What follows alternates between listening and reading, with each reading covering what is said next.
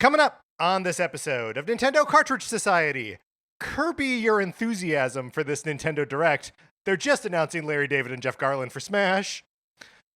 Find magic in a cave in Morug Swamp. So the Nintendo Cartridge Society finds magic in a cave with you.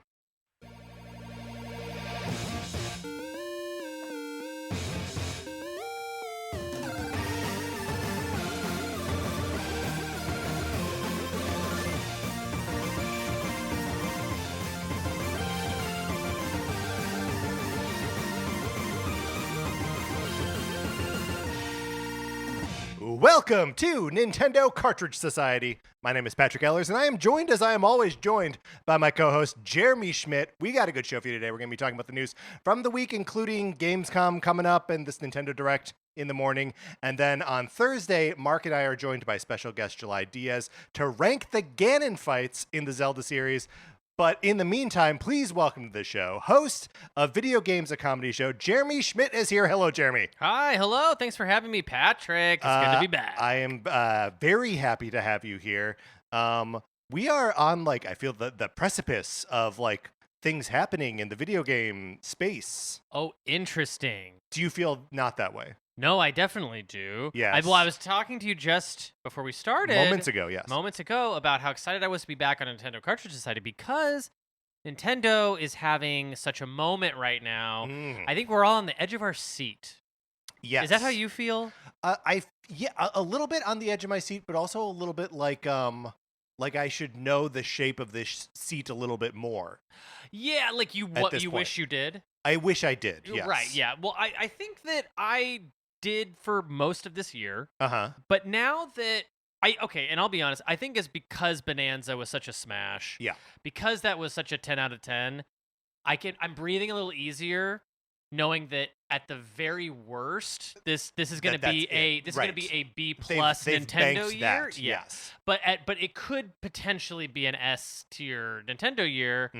If I was betting, I would bet it's going to be an A, a solid A year. That's also my bet. But the thing is, I think it's going to be a weaker year overall than 2023.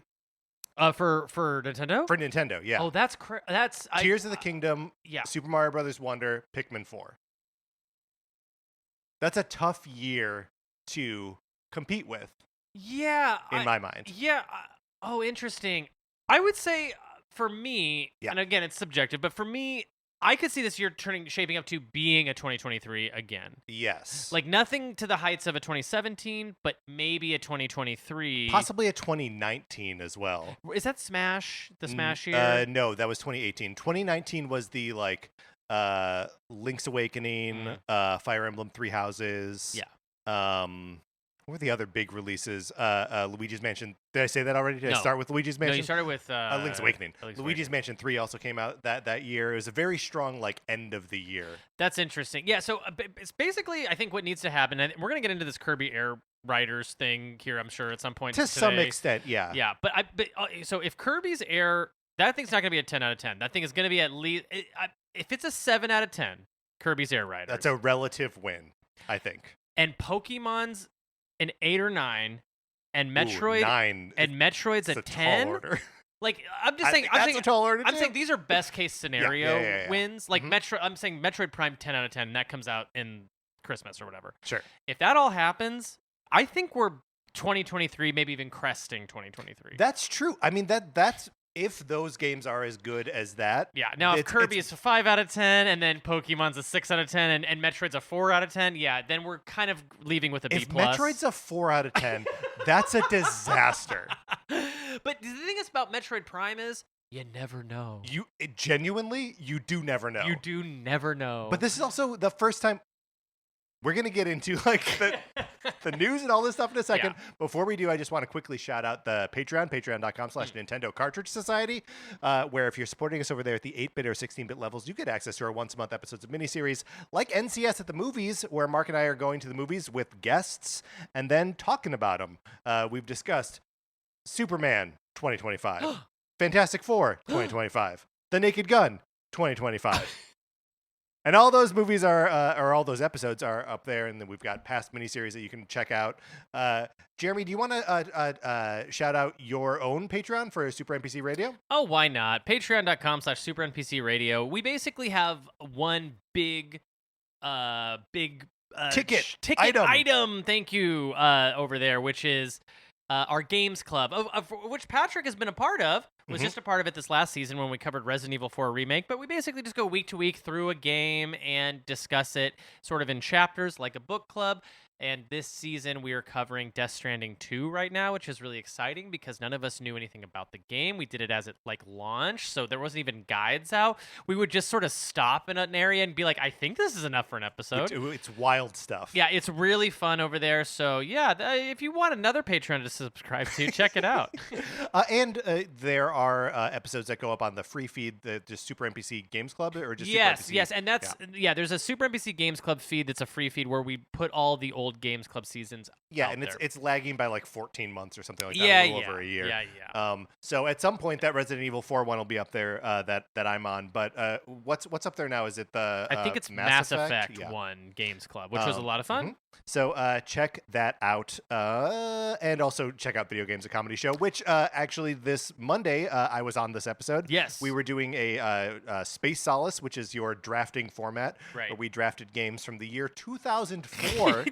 Turns out it was a very good year, kind of. It was a very good year, kind of. It was. I felt like profoundly not my kind of year in games. Same. Where I'm like, Half-Life 2? What? I'm not gonna draft that. Doom 3? What? Doom 3 didn't even get mentioned on the episode, which is crazy because I don't think that game is bad at all. I think that game is fine, but I don't know why. And folks, just so you all know how it went, I drafted a game called Dragon Quest VIII, and nobody said a word. No one cared about it. No one cared about me by extension. Well, that's when we cared about you a little bit less because you picked Dragon Quest VIII. I've never played 8. It's great. Do you like 11? I love 11. It's like that. And on the show, we of course have to say Dragon Quest XI as Echoes of an Elusive Age Definitive Edition for the Nintendo Switch, using its full Christian name. Yes. But I've never played 8. I know they did the remake of it on DS super late. 3DS. 3DS, you're right. So it's even better. Yeah, and even later. And it's great. That's great there. It's great on PS2. It's great everywhere. I know Mark played it for a little bit and was that he played for 10 hours and didn't get out of the first town.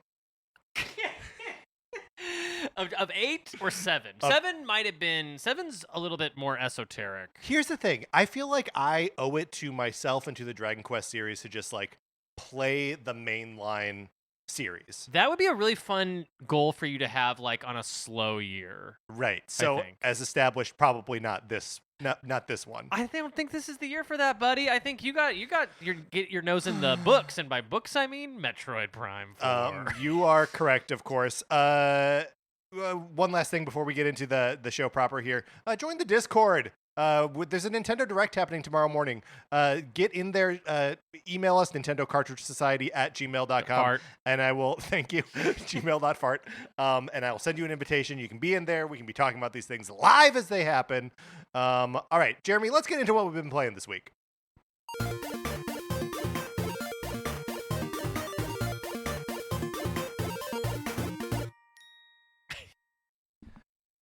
Okay, Jeremy, I think you and I have both now finished Donkey Kong Bananza. Yes. I am in the post game of that, which I don't. Are you spoiling that on this show? Well, so it's tough. We have been giving people warning that we're going to talk for a specific interval of time, and then actually adhering to that. Would you like to talk about the end of the game or post game stuff? I do not need to talk about the specifics of anything. Okay. I just would love to say that there are a shocking amount of things to spoil about Donkey Kong Bananza. Yes. Turns out. So there are a number of things that we could spoil, which is interesting for a 3D platformer of that ilk from Nintendo. Yes. Both because I do feel that there is Nintendo. I feel like there are always a lot of experiential spoilers. I don't want people to know the fun thing they're going to experience necessarily. Yeah. But there are narrative spoilers at the end of Donkey Kong Bonanza. And Nintendo's so great about intertwining those two things together, absolutely, where the narrative spoiler becomes the gameplay spoiler, which becomes the thing that you just don't want to. I don't want to spoil that for people because it was magic for me when I got to all these different beats. Yes. Well, and especially how many of them are seeded or teased earlier in the game. Yeah. Where you're like, oh, that's what these things are. Yes. I've been dealing with them the whole time. Yeah. And it turns out that they are something special and interesting. And interesting, yeah. Yeah. Really a remarkable little magic trick. Jeremy, so there are like challenge room kind of things after in the post game. Mm-hmm. I have done all of them now. Okay. And you can collect bananas in them, and you can also collect balloons in them. Yes. And I've collected all the bananas. The balloons, harder. I did not leave that first challenge room without getting all the balloons. Yes. And I feel like that's going to be your MO. That's going to be my MO for these challenge rooms, because I'm also thinking, like, why not? Like, if I don't like playing it, play something different. But totally, yes. Yeah, but I will say that the tail on Donkey Kong Bonanza, I'm thrilled that it's going to be very long for me. I'm going to really milk this thing. I'm already because, like, the way that the post game works is you can sort of, if you want to, kind of go back through everything and comb through everything. And so I haven't gone to another challenge room world without clearing the ones above it. Yeah, and that's exactly how I did it too. Yeah, cool. Except, so there are like the 5 obvious challenge worlds, like each one associated with a different Bananza and like Elder, right? So like that's just sort of the shape of that. But then there is one after that, and so for the one after that, I would just like skipped right to it and was like, all right, can't wait. let's knock this bad boy out. I bet that's gonna be hard and fun. It's some real darker side of the moon, Super Mario Odyssey stuff. Yeah. Like I felt like a real sicko playing it. Yeah. And, I'm leveled up to the point where I've got like, 4 apple juices and as much. You got your 4 apple juices. I got so many apple juices and it's get so your many sody hearts. cans. I got my sody cans. It's like a grapefruit soda or something. And I still got to a point where I couldn't finish it like my first time through, and like it die and kick you all the way back to the beginning. Amazing. Can I ask you a question? Yeah. Because I feel like this has been coming up a lot in different podcasts I've been listening to. It is weird. What do you like better, this or Mario Odyssey? And it is a question that I think is apt because it's the same developer. Right. Mario, I think, clearly, like, sort of automatically takes some kind of lead because it's Mario, and Donkey Kong is just a little bit less cool to me than Mario. Yeah, well, and Mario has like a lineage of that kind of thing. And like for all intents and purposes, this is a new kind of Donkey Kong game. Yeah. This is a very special game though. I truly believe it is like Nintendo at their absolute best here. What do you think? What game is better? Yeah, I'm not prepared to rank these two games against each other. I think I would have to revisit Odyssey.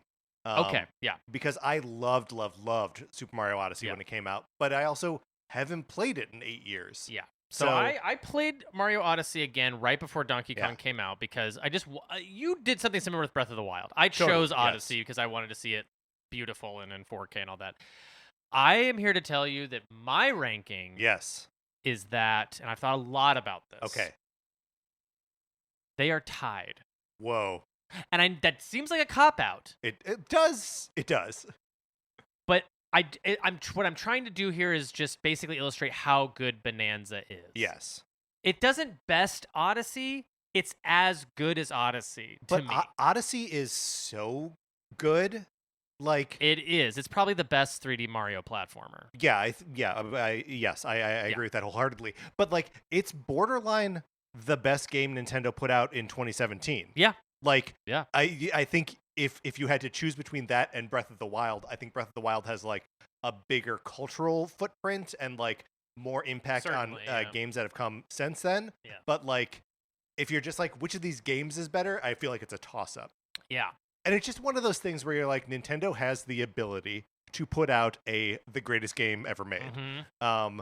And they've done that for us this year. We got one of them. Yeah. And that's so kind of like whatever else happens this year is gravy, right? Well, I mean, that's sort of my point with Nintendo right now is like, and that's what makes them so exciting. It's like you have your sports team that's just on fire right now. And it's like, even if they kind of mess up sometime down the line, we're still coming out with a very good celebrated year. Yeah. But here's my thing. I kind of think this Kirby game is going to be fantastic, even though it won't be everyone's thing. Right. I kind of think this Pokemon game is going to be fantastic. Can I tell you, I'm excited about Pokemon Which Legends. is weird for you. Zia. Yeah, I mean, I liked Arceus. But, you know, I like most Pokemon games that I'm actually interested in, I gave up after like 20 hours or whatever. Yeah. But this one just looks so polished. Yeah. And like, you know, I was really nervous about it when they were showing off like the Switch 1 version of it. But the Switch 2, it just like looks tight and together and beautiful and bright and clear. Yeah. And yeah, I'm very much into it. We will be dancing around some of these topics a little bit more when we get to the news. Yeah. But just wanted to open it up to you. What else have you been playing? Well, Patrick, I'll tell you this. Yeah. I got so excited that I was coming on this show. Oh, no. That I played through and beat all of Mega Man 2 today. Now, this isn't a first time through Mega Man 2 for you. No, I mean, if I can do it in a few hours before I get over here, it's because I'm playing Mega Man 2 once a year at least. But and I assume you're doing this as part of like a Mega Man Legacy collection? Yeah. I threw it on and just started it around like 3 p.m. I had like that many hours, but you know, it's in between stuff. It's like, oh, we're gonna meet at 7, and it's at 3, and by the time I got to like 5 p.m. and I still had about an hour and a half before I needed to leave, I was at Dr. Wily, and I was like, oh, this game is a breeze. They're super short, right? Because like each of those levels you can get through in about like 3 or 4 minutes if you know what you're doing. 100%. And there's only 8 of them, and then the Wily stuff. Yeah. I love Mega Man 2. It's incredible. It's a fantastic game. Yeah. Although I usually do end up hitting like the, you know, in like modern days, I hit like the roadblock around the Yellow Devil. That's 1, right? Isn't the Yellow Devil in 1? Isn't the Yellow Devil also in 2? Is it in 2? I don't know. You just played it. I didn't remember the Yellow Devil. Maybe I'm wrong. Maybe there is no Yellow Devil in 2. Why would it only be in 1 though? I mean, we're talking about the same guy, right? Who like teleports across the screen block by block. Yeah. I don't think he's in 2. Well, then maybe I'm wrong. I don't want you to be wrong. The dragon is in 2, right? Yeah, there's a dragon in 2. There's a big old dragon. Yeah. I love that big old dragon. So. Yeah. Yes, there is. Who's your favorite robot boss from Mega Man 2? Well, it's interesting because these days they're so trivialized. Like I think it's whoever's the first one. So it's Metal Man because he's the only one that poses any threat to me at all because I only have the Buster. Right. So. Well, and then when you get the Metal Blade is so overpowered. Yeah. Like it deals so much damage, you can fire it in every direction. Yeah. And so like you just destroy all the other bosses with it. Yeah.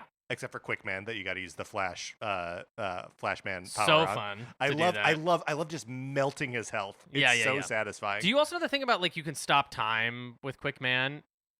Well, that's what I'm saying, right? Oh, Is that you use that's the Flashman, yeah. Yes. Yeah. Right. Stop the time and then he's out. Yeah. Incredible game. But also I saw that on the show notes you had UFO 50 on here. Yeah. And did you want to talk about that a little bit? Because that is like it's a new to me game because I didn't. Did you not pick it up before when it was on like Steam and other stuff? So yeah, we're both playing it. Yeah. On Switch. Yeah. And it is an embarrassment of like I don't really know how to tackle it. Oh, sure. Because there's so much in there. Well, that's a good place to start. Yes. How did you start? So the way that this game works is there's 50 games. When you load it up, it kind of looks like a mini console. Yes. Of a console you've never played before. Yes. How did you just start with I started top left, and went down the line in date order and just started playing them all. So that's how I started. Okay. So like, and I think that the first one is actually like a bad impression. Interesting. So Do you really like this game? More on this later. Okay. Yeah.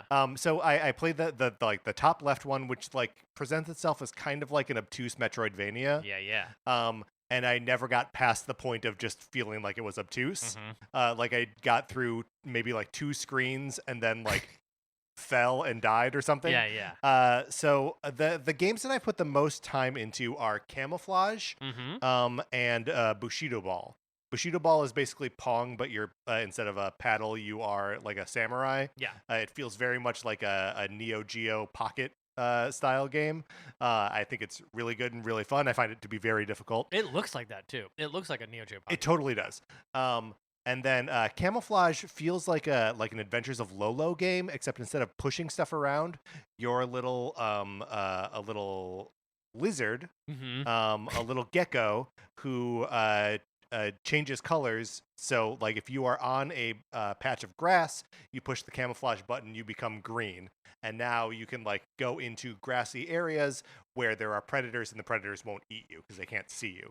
And so it's all about like positioning yourself in the right place to get a color, and then go in to like traverse the sight path of one of these predators. And there are 2 things that you need to collect, like 2 little apples along the way to collect, and one other lizard that like follows behind you that you can like pick up and like take to the hole. But when you've got a lizard behind you, now you got to find 2 squares wide to like to get that camouflage. I love camouflage. It's super fun. And really difficult. And I just want to keep playing it forever. Those are the 2 that I've sunk the most time into. What about you? Mooncat. First of all, I've played these other ones and they're great. The ones that you've been playing. And played them specifically, well, Bushido Ball at least, with my wife, who because that's a 2-player game. Mooncat is also a 2-player co-op game. I was telling you about this, I think, at the bar. Yes, you were. We were raving about it, where it's like it's one of these games where they reinvent the control scheme for a 2D platformer. And I kind of don't even want to explain it on mic because it is hard to kind of explain. And it's also part of the fun of the game is learning how to play it. Totally. And that there are hidden mechanics with the button presses and stuff. It is so much fun. And then the other game that I like a lot is called Mortol, Mortol. And again, another very hard game to describe, but it's basically, it's a 2D platformer that is something that like you've never played before. Period. What I find fascinating about UFO 50 is it would be very easy for this to be like 50 experiences that are all like half-baked or like, abandoned ideas or whatever.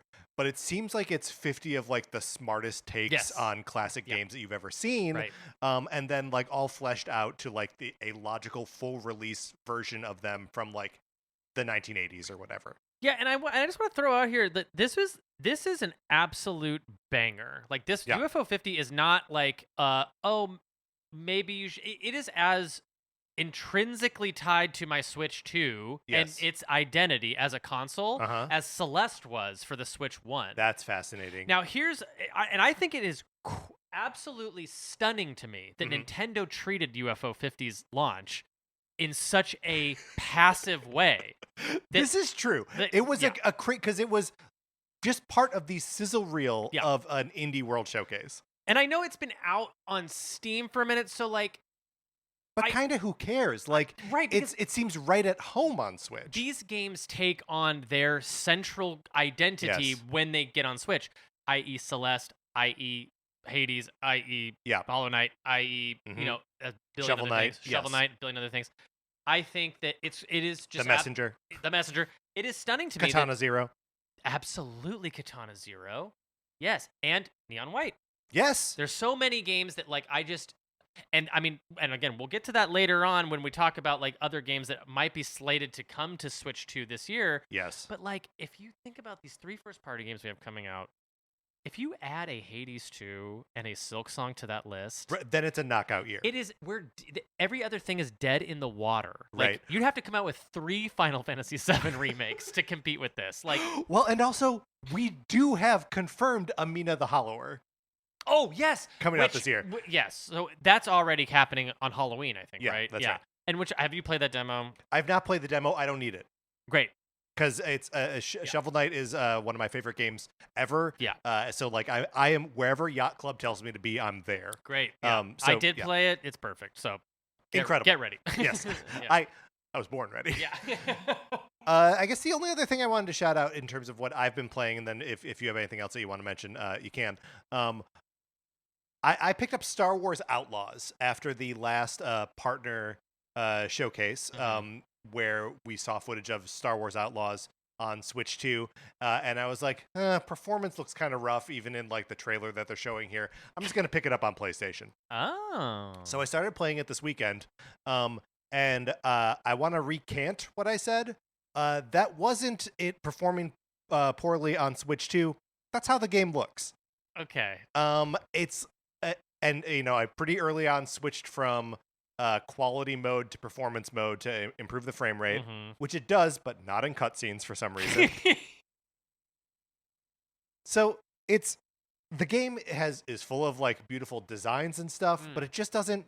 It's not like optimized to like play like a smoothly running action adventure game. That stinks a little bit. Yeah. Let me ask you this though: is that game fun?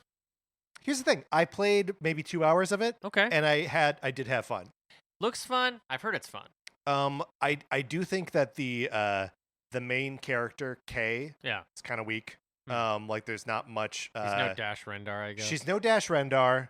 No, there's just like very little to characterize her. I've also become like kind of grumpy that like because of the way Star Wars canon works and the fact that they're like everything is canon now, so like all these things have to speak to each other. That we're never going to get like a 3D action game where you play as Chewbacca, right? That they're just never going to give us that. Because, like, Chewbacca's timeline and Chewbacca's life within the Star Wars universe is too precious to waste on a video game. Do you know what I'm saying? I guess I didn't know that that's how they were rolling. Well, I mean, they're rolling in that everything is canon. Like, everything that they put out now is canon. Yeah, but why wouldn't they do a Chewbacca game?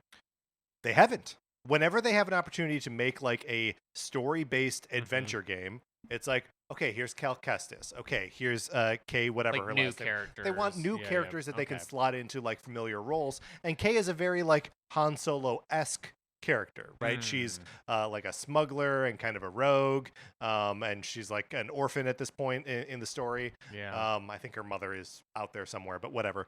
Who needs her? Who needs her? She seemed like a bad influence, frankly. I would play a Chewbacca game. Kind of reminds me like what Star Wars Bounty Hunters, where that was like you got to play as this Jango Fett or whatever. Yes. That would be back in the day. Those, you don't think there's room for that? You don't think that they'll do stuff like that where it's like, this is the Leia game? No, I mean, I think they're too precious about that stuff right now. And maybe like, when they've like fully moved off of like this era, if they ever do, if they ever find the courage to move off of the like original trilogy era, and then let video games explore that and explore it using like the main characters, that like that's something different.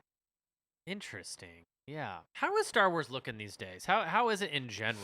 What's the pulse on Star Wars? You're a big fan. I'm not. I'm a big fan. Yeah. I mean, I don't know. It's been 6 years since the last Star Wars movie came out, right? Like, oh wow, it's we're in like a little bit of a fallow period. Just like in terms of quantity, everything's moved over to like TV. The big publishing initiative that was the High Republic, taking place like hundreds of years ago, before Phantom Menace, that wrapped up. So they're like done with all of that. And like whatever the next move is for Star Wars in like publishing or movie, like we're getting this Mandalorian and Grogu movie next year. But like that kind of feels like I have no idea what to expect from that. Could be real bad. Right. But it might be fun. I don't know. Interesting. I feel like Star Wars is all question marks right now. Yeah. I kind of feel like, I mean, for me, the most exciting Star Wars stuff is like whatever that animated piecemeal show was. That's the Visions. Star Wars Visions. Star Wars Visions. Like, and like Andor. I haven't watched Andor, but I believe it's good. Like, I have enough people in my life who are very... I respect their opinion that have said it's good. I believe it's good. I even believe parts of the other ones have good moments as well, I'm sure. Yeah. Well, and like, my Star Wars fandom in some ways is just like, I like Star Wars. I like the shape of the thing. And so when I get stories that have that shape, I'm like, yeah, okay, great. And if there's something clumsy or bad in it, I'm like, I don't know. I've seen the Phantom Menace. Who cares? Yeah. Like, this is all, it's the shape of the thing I like. So, interesting. But were there any other games you want to shout out, or should we hop into new releases?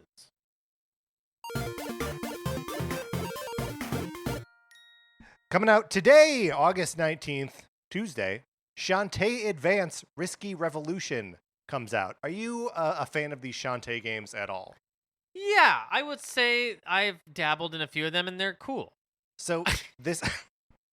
Is this like a Game Boy Advance game that came out to the GBA So it was supposed to be. It was this was like a canceled Shantae game that got like revived now like 15 years later, and it's coming out on Switch. But it's you pay for it. It's not coming out to. Oh NSO. yeah, you pay for it. Oh, Jeremy, skip. You pay for it. Skip. Also coming out.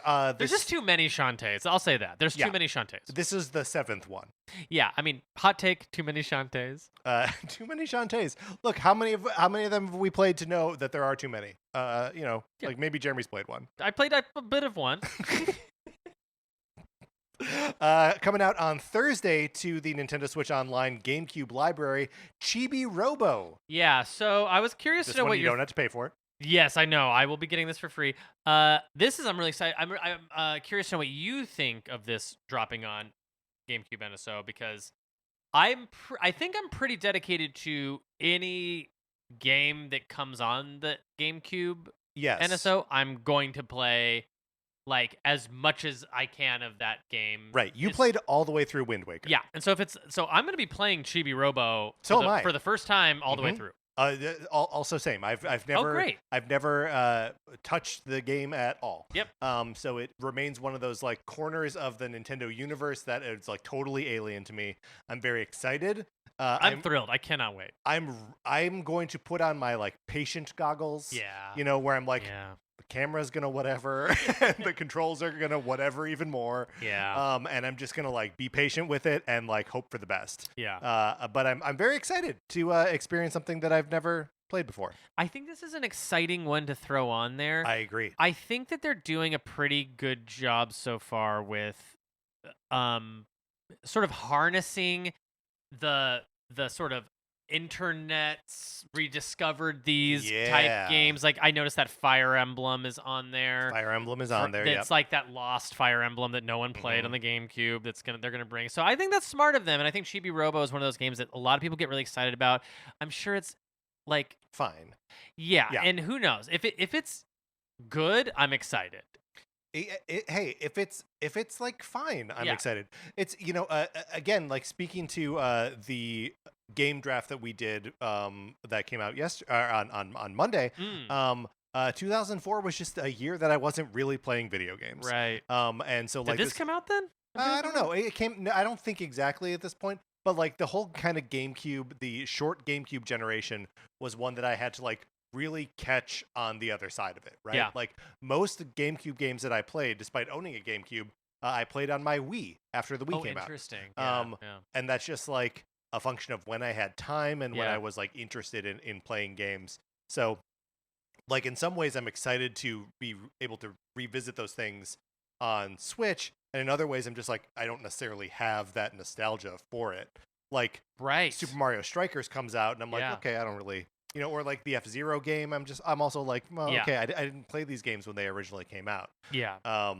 And like, when Sunshine comes out, like I've already played that on the Super Mario 3D All-Stars collection. Yeah. But yeah, I like what they're doing with this thing. It is, of course, the frustrating Nintendo slow drip of these games. This is only the second time they've updated it. For a total now of 5 games. My recommendation is to treat these NSO services like totally like do the Men in Black pen thing and just forget they exist. It's called the Neuralizer. Thank you. Do a Neuralizer to yourself, and then when a game like this like suddenly drops, you're like, oh great, I totally forgot this existed. Yes. That's the only way to have peace in this system. Wait a minute. Did you play Super Mario Sunshine for the first time on 3D All-Stars? That's the first time I like played through it. Yeah, like I had sampled it before. But okay. Yeah. Okay. It's just wow. like it's kind of just a weird little lost generation for me. That's so interesting. I mean, I had one growing up and played a bunch of stuff on it, but I'm graduating high school around this period myself, so it's like that around that time there was just too much going on for me personally to be locked into game time. Yes. So I did miss like I don't know nothing about no Chibi-Robo. I'll tell you that right now. Yeah, I don't know nothing about Chibi-Robo. Yeah. So I know he's a little guy. I got to figure this little guy out. I like a little guy. So I was in, I don't need to talk about this forever, but I was in music school at the time. So like most of my time was spent either in rehearsals or practicing, and like that was it. And like video game time didn't really exist. Except you were icing your fingers at night because you couldn't. Kinda. You know what kind of calluses you get from playing upright bass? Huge ones. They're crazy. Also coming out on Thursday is Hurdling. This was a game that was in the partner showcase that looks like the sort of like AA like indie space where you're like in a huge open world and like herding some like crazy goat looking guys around. Was kind of a cool looking game. I just want to shout out that if it came out or if it was advertised in a Indie World showcase that we are closing the loop on it here. I bolded it, so just wanted to mention it here. All right, Jeremy, let's get out of the new releases. Doing your growl now. It's because we're hanging out. I'm doing your little like growl. Yeah, which I know is a Trump thing. But it's a Trump growl. It's a Trump growl. Lined up. Which brings us to a regular segment on our show. It's time for 433. In 1952, American composer John Cage wrote a piece called 433, wherein a performer or group of performers did not play their instruments for 4 minutes and 33 seconds. For the purposes of this show, our instruments are talking about Nintendo. So, for the duration of one performance of 433, Jeremy and I will talk about something not at all Nintendo related, thus fulfilling the contract of the piece. You're saying Johnny Cage did this? Johnny Cage did this, and then he punched me in the nuts. What do you? This isn't what we're talking about. But what do you? We got a new Mortal Kombat movie coming out. Yeah. How did you feel about the first one from 2020 or 2021, whenever it came out? It stunk. I agree that it stunk. It stunk. Now look. Now, do I like watching Sub-Zero and Scorpion fight? Of course I do. Of course. I'm not a monster. No. I love that stuff. Do I like seeing a Goro on screen? Yes. Yes. Please, more Goros. More Goro. But there's no tournament. There is not one single Mortal Kombat tournament in that movie. So here's my one request for a Mortal Kombat movie. You got to have a tournament. And that feels like table stakes, right? Like there should just be tournaments in Mortal Kombat movies. There's got to be. No, what we're talking about, Jeremy, is look, it's like the middle to end of August. It is between our two birthdays. It means the summer is ending. And so we wanted to reflect on the end of summer. Does the end of summer have like a feel to you? It feels like a sunset, Patrick. In like a literal way, or? It's just that's the kind of vibe. Like, does it make you feel nostalgic? A little bit. A little bit like but it's nostalgic. Nostalgic. But you got to go home, you know? You do it's have to go home. It's time to go home. That's right. The street lights are coming on. Street lights are coming on. It's getting a little chilly. You're in your shorts. Right. You gotta Bugs are out. Yep. You're getting eaten alive. Yep. And the party's dying out. Yeah. The keg's tapped. So I mentioned it already, but your birthday in August, my birthday, the end of August, right? The 24th, coming up here. Yeah. I always associate my birthday with that bittersweetness of like, ooh, we got to go back to school. I know. That's so. You know the Sunday Scaries. I'm familiar with the Sunday Scaries. Yes. I think there's such a thing as summer scaries, baby. Oh, like the August scaries. I think it's they're the September scaries. That's much better. September scaries is more good alliteration. Yes. But it's a little too late. I'm in college right now. Yes. And I go back next Monday, a week from today as of this recording. So you got one full week back, and then you got Labor Day.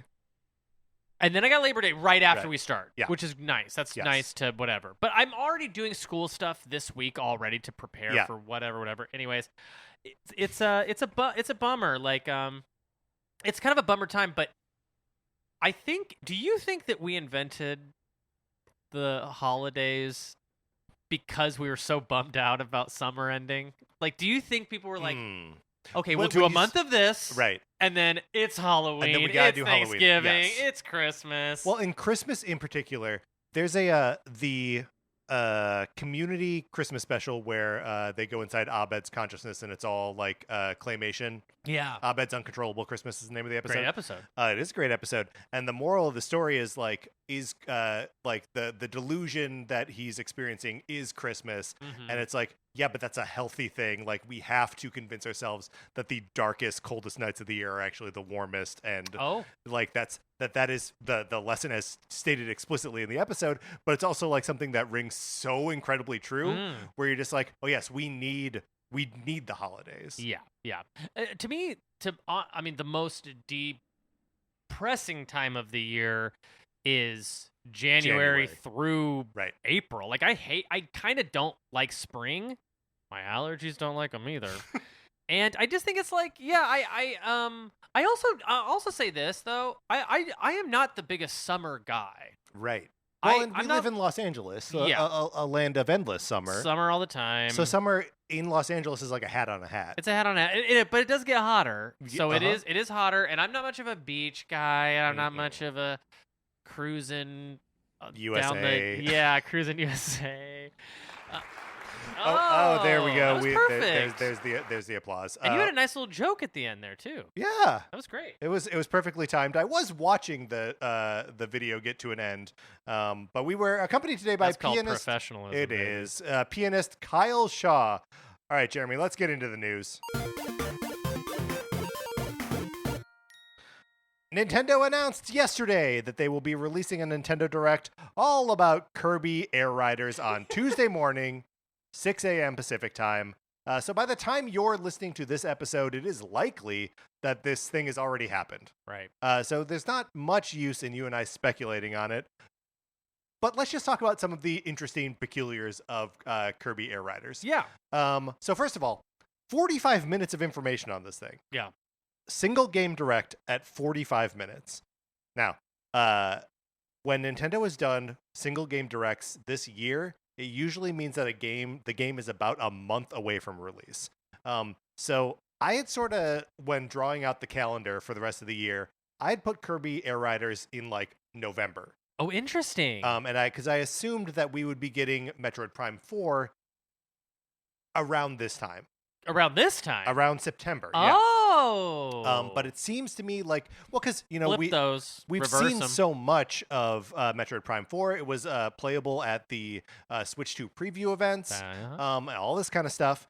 And now it's like, no, we've not seen really anything of Kirby Air Riders, but we're going to get a 45-minute presentation about it. And then my guess is that this comes out like mid to late September. Okay. But what are you've already said that you think this game is going to be good. Well, first of all, I just want to start by saying, and I hold you to that. 45 minutes too long. And another thing, like I'll be shocked if I get 45 minutes of gameplay out of this thing. You know what I'm saying? Whoa. No kidding. But you think it's going to be good? Here's another thing I don't like. I don't like that Nintendo does these at all. I don't like that they do single game directs. Sure. Just, hey, freaking get some courage. Right. And give us a real direct, a regular style direct with lots of game announcements. You know what I'll even take at this point? Games you're just kind of thinking about. Sure. Like games you're not even in production. Just like, we're thinking about maybe we're doing like Mario's like Dead or something. They're like, what if we did a Castlevania? We're thinking about... Has Yoshi ever been to space? Yeah. We're doing kind of a Pulp Fiction. Oh, okay. Okay, but on the topic of Kirby's Air Riders, I have played Kirby Riders or whatever. I think it's just called Kirby Air Rider is the original. We're doing a real James Cameron Alien to Aliens thing. Oh, and then doing the dollar sign? Yeah. Yep. I think that game is a game that you needed back in the day to play for more than 30 minutes to get your head around it. Sure. Which I think, like, I bounced off of. Like, my ADHD brain didn't want me to learn Kirby Air Rider. Yes. And I feel like that is the part of the ethos of the GameCube, right? Yeah. That's sort of what Nintendo was up to at that time, where they're like, this is when we get weird. Yeah. I already mentioned Super Mario Sunshine. Kind of a weird Mario game. Pikmin. Yeah. Weird. Yeah. I had another really good example of like, Animal Crossing. Yeah. That's when we see Animal Crossing for the first time. Yeah. Very weird if you are not like plugged into those specific ecosystems. Yeah. And there just hasn't been, I don't think, like a modern Kirby Air Rider like a modern take on that genre. No, I mean, and so it's a racing game that I was describing as a single button racing game. So it was very simple, but yet very mechanically deep. There were a lot of different modes. All of the UI looked like Smash Brothers. It was a Sakurai developed game, which this one is as well. So that's probably why they're giving 45 minutes to it, and I'm guessing that there's going to be lots of twists and turns to this Kirby Air Riders game. Yes, that's why I think it's going to be. I would say like I'm gonna guess 7 out of 10. Like at least like. I don't know how it'll meta rank. I will rank it probably a 7 out of 10. Sure. Like, for my taste, but I could. There is a world where best case scenario, this thing comes out at like an 8 or a 9. Well, because here's the thing about because he's a genius, that guy. He's a genius, that guy. Yeah. And the last time that he got to make not a Smash Brothers game, he made Kid Icarus Uprising, right? Which is a flawed game for its like its controller inputs and whatever. But like kind of an incredible piece of like video art and like arcadey like action. It's so fun when you set up like a stand to put your 3DS on. And like it totally blows up the idea of Kid Icarus. Right. And presents all these incredible challenges that you can like take on from these fun menus. And it's just like, is it possible that we're about to get the uprising-ification of Kirby Air Rider? I think it's definitely possible. Like I think that there's a lot of clues in this like little direct, the pre-roll for this direct that are getting me a little interested, or like there's clues that this might be a little bit of a bigger game or a bigger deal than maybe we would have thought from just hearing the title Kirby Air. Sure. Sakurai loves Kirby, and like the thing about Kirby is Kirby heads, don't at me. He's just not that popular. Like he's not a system seller. He's not that big of a deal to most people. Most people don't play those Kirby games that came out. Obviously that last one that was an anomaly. But like otherwise Kirby is the ultimate 1 million seller. Yeah. Right? That like on platforms prior to Switch, it would reliably sell about 950,000 copies, right? Yeah. Like just about 1 million. It's never like a blockbuster title, but it's always pretty successful. How do you feel about quite possibly the third Nintendo Switch 2 pillar of games, like first-party games, being another racing game? Yeah, bums me out a little. Yeah, right? Yes. When you put it on paper like that. Yeah, when you're like Kart Racer, Donkey Kong, Star Racer, Air Rider, whatever. Yeah. Bums me out a little bit, which is also another reason why I was like, oh, this game will come out at the end of the year, and the third pillar will actually be Metroid Prime. Right. Not what's happening, it seems. Yeah. Now, here's the thing, though. Yeah. If they can get this thing over the finish line at a 7 or an 8 out of 10, they basically have set themselves up to do this impossibly weird thing of being like, hey, guess what? Switch 2 is all about Donkey Kong and Kirby and Samus. Which is nuts. No Link. No Link. Mario. Right. Except for Kart, but yeah. Kart, yes, of course. They had to do something. They had to have one sure thing. Yes. And then it was like, here are some characters. It's sort of like what the Disneyification of Nintendo, which is like making every single franchise an eternal property that lives in your brain forever and ever and ever. Like making it the biggest deal in the world.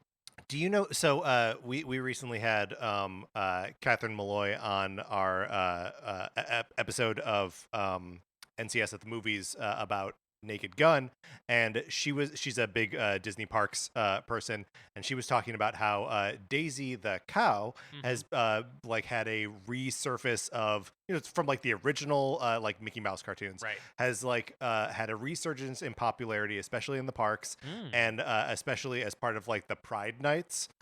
So like now she's like a main stage like fixture at the parades. Oh, cool. And that's like a very similar thing where it's like Daisy the cow, who like, you can't tell me anything about this character's personality or name a cartoon that she's in. Yeah. You can't do it. Right. But like she can always come back, right? Yeah. And she can always be resurfaced as something.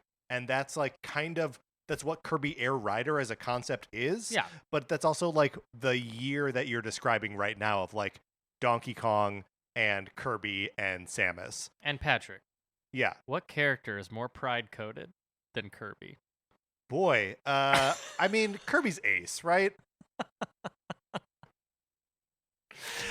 Yeah, but I mean, you can see Kirby. Of course, yes. At the Pride Parade. I mean, he's there. He's there. He is there, man. He's on his own float, dancing around. Yes, he's doing that little boing, boing, Yeah. boing, boing, Yeah. boing, boing, boing. It is okay. So, just a little context for the release of this Nintendo Direct, which again we've talked about, knowing nothing about it, and you've probably seen it at this point.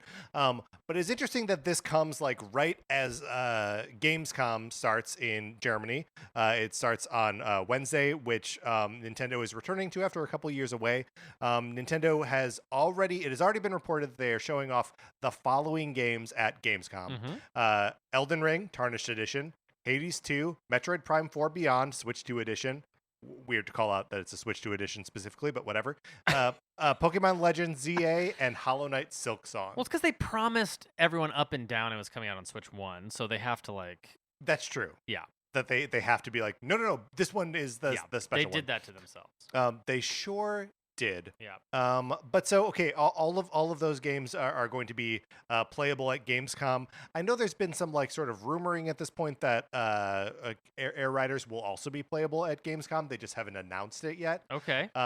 So and this starts in 2 days. Yes. So yeah. So if this lineup is an indication of what's to come for this year, it's a killer year. We're dead. We're dead in the water, dude. This is That's right. Wild. Like this is it's a knockout. This is all of your favorite games and Elden Ring Tarnished Edition. Which I'll play. You would not. Yes, I would. I dare you to play it. I will. I dare you to play it in your bed and Switch 2. Why in my bed? Because you can. Oh, okay. Then I'll do it. Yeah. Maybe I'll play in the bathtub. Dude, if you play in the bathtub, yep, you're goated. On the topic of Gamescom, Opening Night Live is live streaming today, Tuesday, August 19th, at 11 a.m. Pacific time.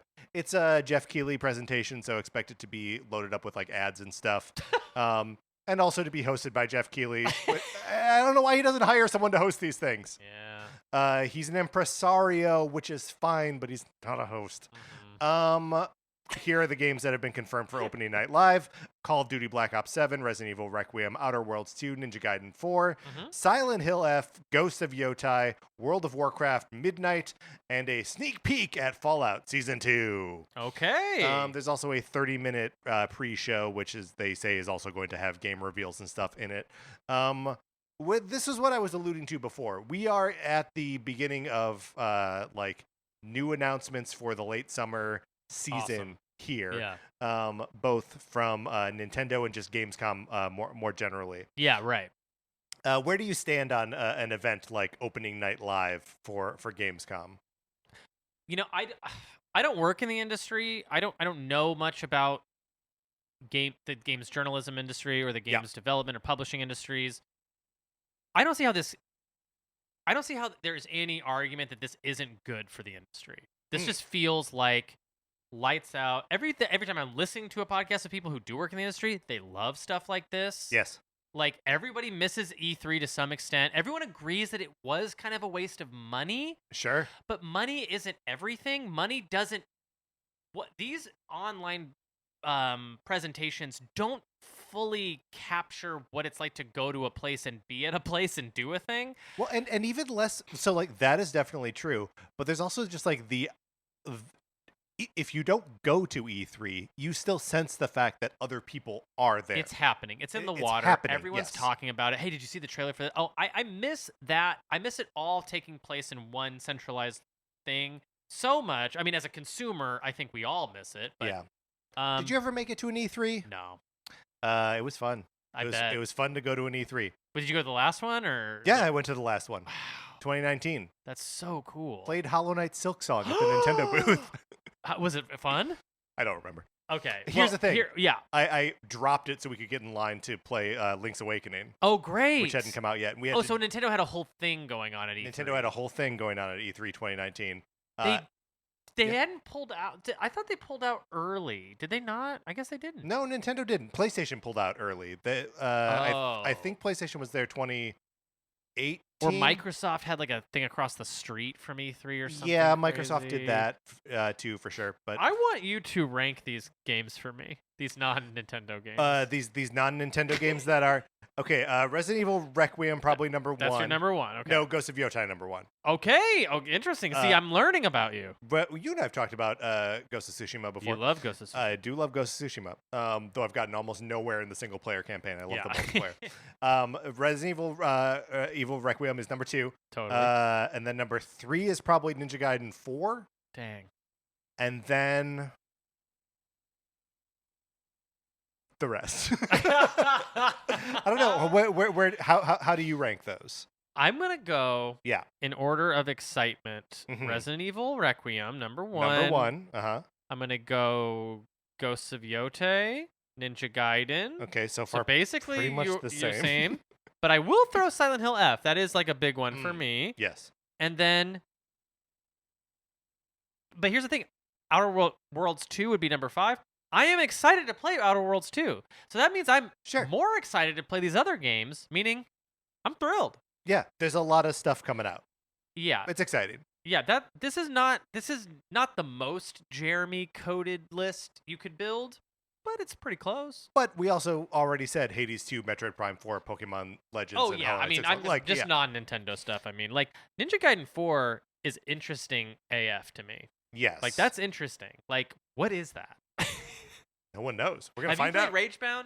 I have not played Ragebound yet. No. I didn't say it in the games I've been playing. I have been playing Ragebound. Very good. I gotta play it. I love a ninja game. Dude, this one, if you think you're gonna stop and look around for a second, you're wrong. Okay. You're running through these levels nonstop. Last little note on this Kirby Air Riders Direct thing. Masahiro Sakurai did tease on social media a couple days ago that he would be able to share something about it very soon. That was on Friday, and so like he's true to his word, I guess. Oh, last thing on this. Yeah. Let's predict, or what do you think could be in this game that would interest you? Now, it is a racing game, and it heavily features Kirby. We know these things are true. Yes. What is something that he could say? Honestly, I don't know. And I don't really want to spend too much time speculating about it because, again, 6 hours after this episode posts in the middle of the night, the Direct will actually be live. That's so funny, though, for people to wake up and... Yeah. Here's one thing I will say. People listen on their way to work. Like, I know that happens. If Sakurai was like, guess what? Yes, it's Kirby. Yes, it's racing. But I'm doing the Smash thing. I'm bringing characters to this thing. Insanity.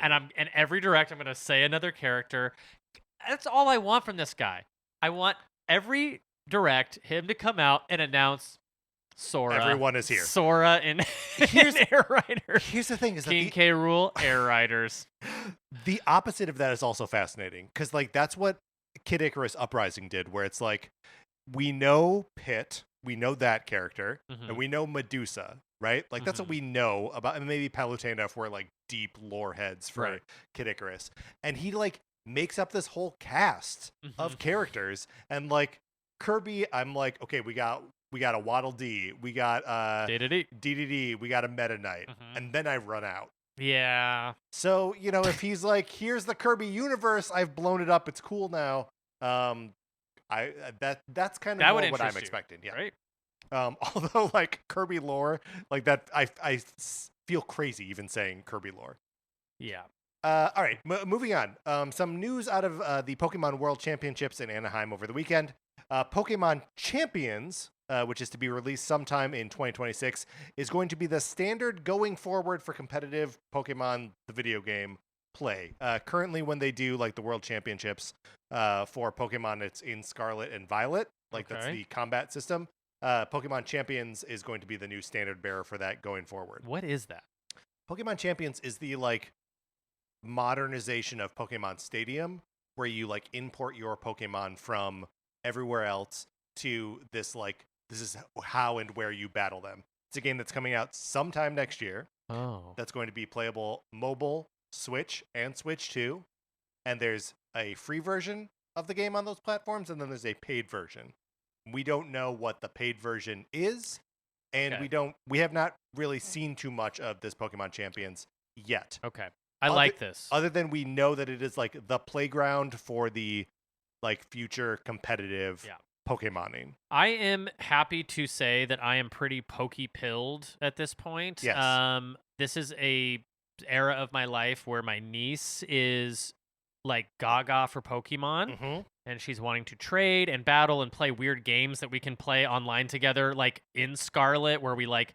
There's this game that she made up where, well, she saw it on TikTok, but it's like you can make your character transform into any Pokemon avatar and then walk around the world.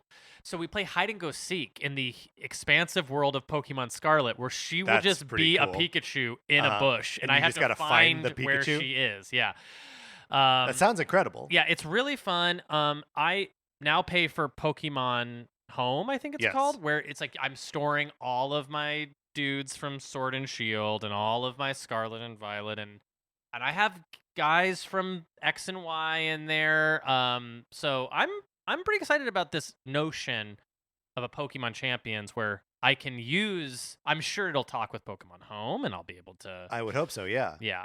Battle on the go. What's interesting is like we don't have a release date for this thing yet. Obviously, Legends ZA is coming out later this year.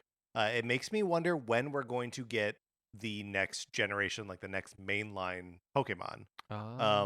Because like the normal like cadence of Pokemon games would suggest this November. Obviously, that's not happening. And if it goes to the next year, that's fine. We're on like the longer end of like acceptable time between Pokemon generations. If we go another year, that's the longest it's been ever between Pokemon generations.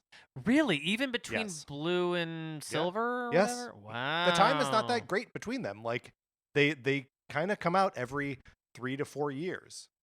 Incredible. And the idea is like you try to hit it so that every kid like within the like perfect target range where they're interested in Pokemon gets their own generation to be like their own. That they inherited one from their older sibling or whatever, and then got their own, that they invested in the starters. They were the first to like that starter, to pick the fire one or whatever. And then they're like hooked forever. Yeah. But we are like, the window is expanding here. We're on the wrong side of that generational leap. There are going to be kids that are going to be in like 7th grade now. Poor kids. These poor kids are not going to have their own generation. These kids are already, because of COVID, that's true. Wrecked. We should just do away with that generation and just wait for the next one. Honestly, these games are getting too big. That's got to be why. Pokemon Scarlet and Violet are massive, and that's why they look so bad. Is because it's like I gotta do one every 2 years. Oh my gosh, what's gonna happen if I don't do one every 2 years? Yeah, it's like hey, I don't know. How do you feel about? I mean, you don't play Pokemon anyway, right? Like really? Yeah, really. Yes. Yeah. So. You don't really have a skin in the game. I guess I don't have skin in the game, but partially that's because I am exhausted by the release schedule, right? Like, what are the good ones? You just don't know. What are the good ones you don't know? I liked Red and Blue when they came out initially. I had them on Game Boy. Pretty good. And like I played Sun and Moon when they came out on 3DS, and I liked those games quite a bit. But like.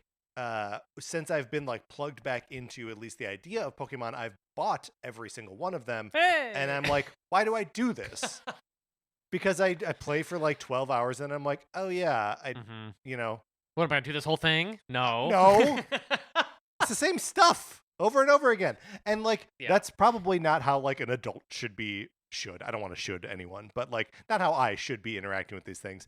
I should just like wait until there's one that genuinely captures my imagination and pick that one up. Yeah. It is like I will say this, as an adult who is playing a Pokemon game, there is a fair amount of me having to take my mind into another universe. Yes. To almost like just not see what I'm seeing. Like there's fun to be had in battles and collecting and all of the things that are like OCD brain combs or whatever.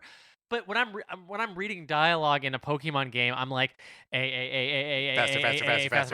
I cannot suffer what they're saying. I cannot deal with this. I mean, to call back what I said like an hour ago now, it's the shape of the thing you like. Yeah. And so that shape, Pikachu. Yeah. It's a good shape. It's got a little like lightning bolt tail. He's yellow. What do you want? Yeah. But yeah, it's I'm always fascinated to see like what Pokemon's going to do next and like the ways that it's going to just like be disappointing, but also the ways that it's going to like still blow people away. It's the only game I think that is like that, where they seemingly have an unlimited budget to make these things, but cut corners all over the place. Yeah. And is both infuriating and magical at the same time. It's really strange. They can't really do much to Pokemon. Like they are like in jail. Yeah, it's like a golden prison of like all the money in the world, but you can't change things that much because people will be upset, like very upset if you change. And like, God forbid one of these games doesn't have all of the Pokemon in them. Have you ever been around during that drama? Of course. It's nuts. People are like, what do you mean? What do you mean? Like they get so they turn into Jennifer Lawrence on Hot Ones. Yes. And like I kind of get it though. Like if you here, like I don't have the feeling, but I can understand like, oh yeah, this is a Pokemon that you've been like trading up from like previous generations for 30 years now, and like you grow an attachment to this Bulbasaur, and now you can't bring him into a game. Like it's a betrayal in some ways, for sure. And to those people, I would say, settle down. Go fall in love with ChatGPT.